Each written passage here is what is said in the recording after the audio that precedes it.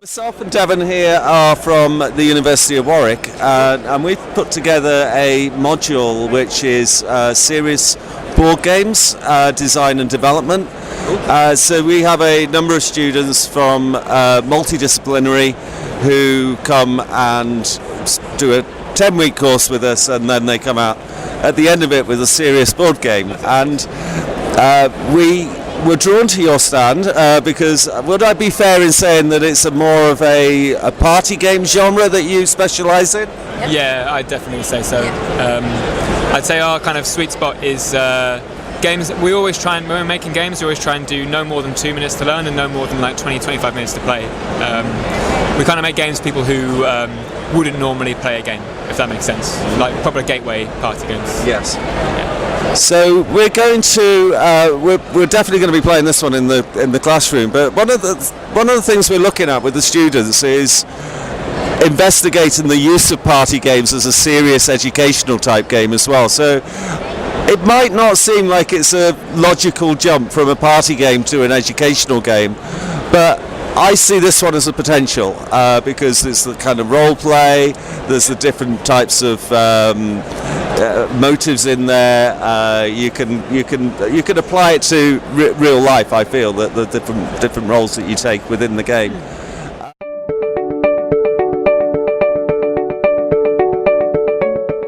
Each player gets, so this is a game, it's like a secret missions party game. So it's a game that's all about completing secret missions, and each of these missions involve tricking the other players into doing something in some way. So the game starts with each player getting one of these little wallets. I'm not sure if I should hold this up to the camera or not. One of these little wallets, and you can see you've got 6 little slots in there. So I would hand out 6 of these little missions. You'd look at them secretly, and then you'd fold them up and place them in your wallet. So once you've got all 6 in your wallet there, the game has kind of started. You've got all these missions that are about tricking each other, and it's the first person to complete 3 of their 6 missions wins. So the trick of this game is, I mean, whenever you play this game, like all of you are going to be really paranoid as soon as you start playing. Let's say we just dealt out the cards, and if I say to you, "Hey, will you open this jar for me?" You're going to be like, "No, get away from me. You're trying to trick me." So the trick is really to give it like an hour or more, and wait until they've kind of forgotten they're playing the game, and that's when you can kind of strike. So if I did get you to open that jar, and my card said, "Get someone to open the jar for you," I would take the card and I would fold it over to the nailed it side, and I'd place it in my wallet, and then I'd be one step closer to getting through. But if you, even an hour later, saw through me and you're like, "No, you're trying to get me," I have to come clean and show my mission card, and then I flip to the failed it side, and now I've got 1 less mission to choose from. And that's essentially the game. It's the first of 3 tricks wins, and there's all the cards are kind of about doing something slightly out of the ordinary, but nothing too ridiculous that people might catch on, if you know what I mean. Yeah.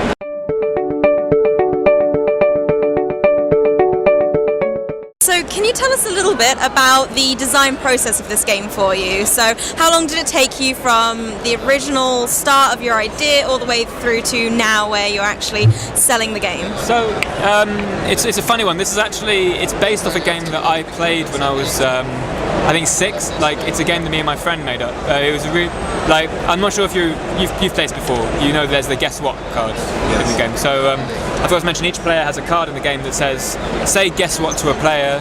If they say what back, you say you got, and then that counts as a trick. Me and my friends used to play a version of that game where when we were like 6, we'd say guess what, and if you said what, I would say cold peas aren't hot. And it was a huge thing where if anyone ever said guess what, you would always remember like never ever say what, and that's kind of what led to this game.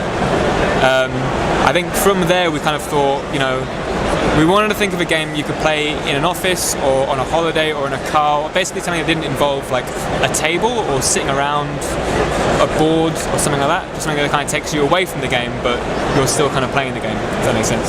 So I think once we had that idea, it probably took about a bit more than a year maybe, from the idea point to actually holding the game in our hands, and most of that was writing the content and deciding on the branding, like the name. It went through about 10 or 12 different names before we settled with Don't Get Got. And so you were already working for Big Potato Games when you came up with this, and you've got a full-time role with them, is that correct? Yes. Yeah, I've been there for about 5 years now. Veteran. He's a veteran now. And so about how many designers do you hire, Becky, whilst you're working on these games? So we've got an in-house creative team which James is part of. Right now we have 2 guys dedicated to copy and game invention, which is James and one of our founders, Tris. And then we have 4 designers now who do all the artwork and art direction. And one of them is one of the other founders of Big Potato, and 3 designers. So we've got a good team who just focus purely on Big Potato stuff. So it's quite nice because it keeps the branding all together, and we know what's our style and what's not. So that's great. Yeah, that's great. Sounds like you've got a great team put together that you're working on with these. And I guess the next thing to ask would be, obviously you go through this process and there's lots of steps, and when you're going through the game design, we had somebody recently in an interview tell us that the design part is only 20% of the whole process.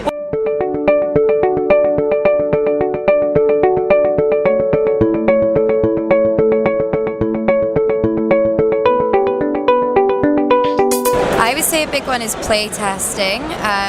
So we actually have a dedicated hour once a week where we all play a game, whether that's one that we're working on, or sometimes we'll get submissions that we'll play, just to give the sort of game designer of that feedback, or if it's an in-house one, give ourselves feedback.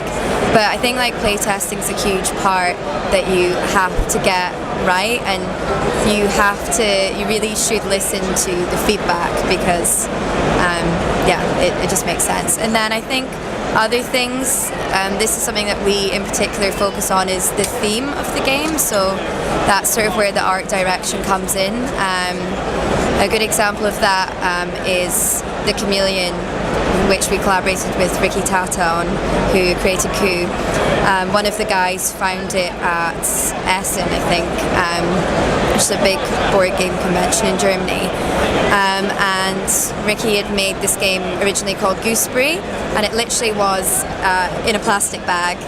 One of the guys played it, thought it was amazing, brought it back, and we got in touch and we decided to work together, and that's where they came up with this whole theme of the chameleon. And so I think that's a big one too.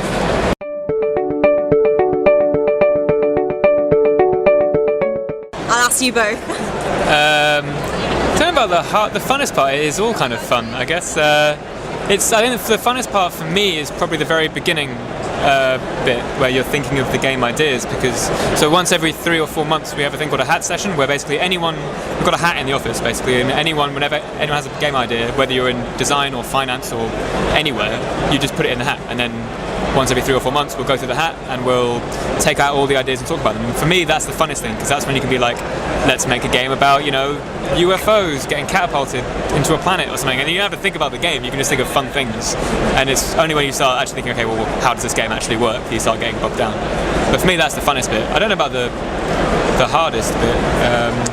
I reckon one of the hard parts is maybe when you're, I don't know, sometimes I guess we've been maybe given a theme first, or like that's and then trying to make gameplay fit the theme of something and for it to all make sense.